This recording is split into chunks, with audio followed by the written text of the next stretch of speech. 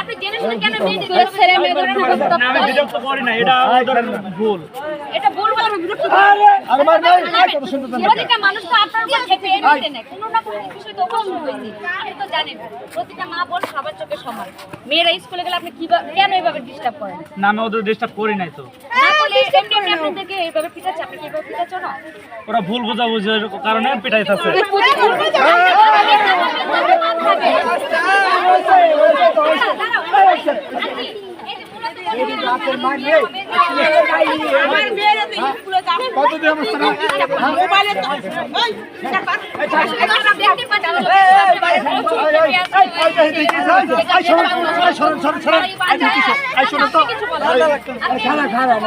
আমি রাস্তা দিয়ে আসতেছি,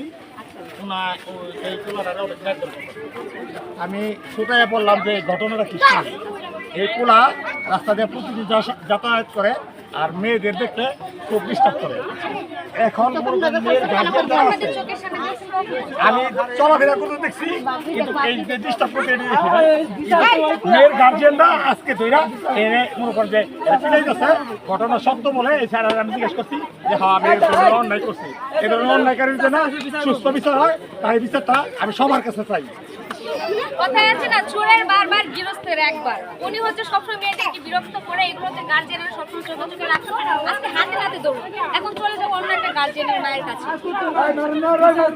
আচ্ছা, আপনি বলেন এই যে ছেলেটা প্রতিদিন এরকম ভাবে মেয়েদেরকে বিরক্ত করে, যে কারণে আজকে সবাই মিলে যুক্তি করে ছেলেটাকে মারতেছে, সেক্ষেত্রে কি মনে হয় ভালো হয়ে যাবে? আমার মনে হয় না ভালো হবে, কিন্তু আমি আসার জন্য আমার এটা হচ্ছে যে ধরে এখন মারধর করতে সামনে দিকে যাতে আজকে সবাই মিলে একটা প্ল্যান করে তুলে দেয়, পুলিশের কাছে যেমনি দিলে ভালো হয়। আপনি কি আজকে মার খাওয়ার পর থেকে ভালো হয়ে যাবে? জি ভালো হয়ে যাবো, কান ধরে তো অবশ্যই ভালো হয়ে যাবে।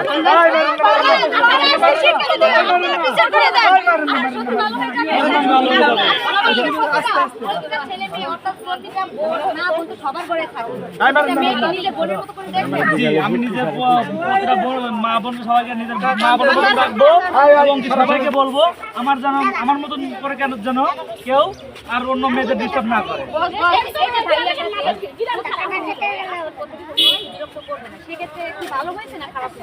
আজকে যে পরিমাণে মাই খাইছে, যে পরিমাণে ধুলাইটা খাইছে, যদি সে ভালো মানুষ হয়ে থাকে, ভালো মানুষের বাচ্চা হয়ে থাকে, তাহলে আর জীবনে কোনো মেয়েকে ডিস্টার্ব করবে না।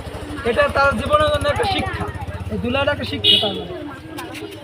আসলে আমরা যারা আছি প্রতিটা ভাই বোন, বিশেষ করে মেয়েদের আমরা যে 11 স্কুল কলেজে ছেড়ে দিই, আমাদের সাথে যাওয়া হয় না, সেক্ষেত্রে হচ্ছে এটা তো শিক্ষা নিয়ে একটু গল্প, যেটা দ্বারা আমরা মানুষকে শিক্ষা দিয়ে থাকি, সচেতন করে থাকি।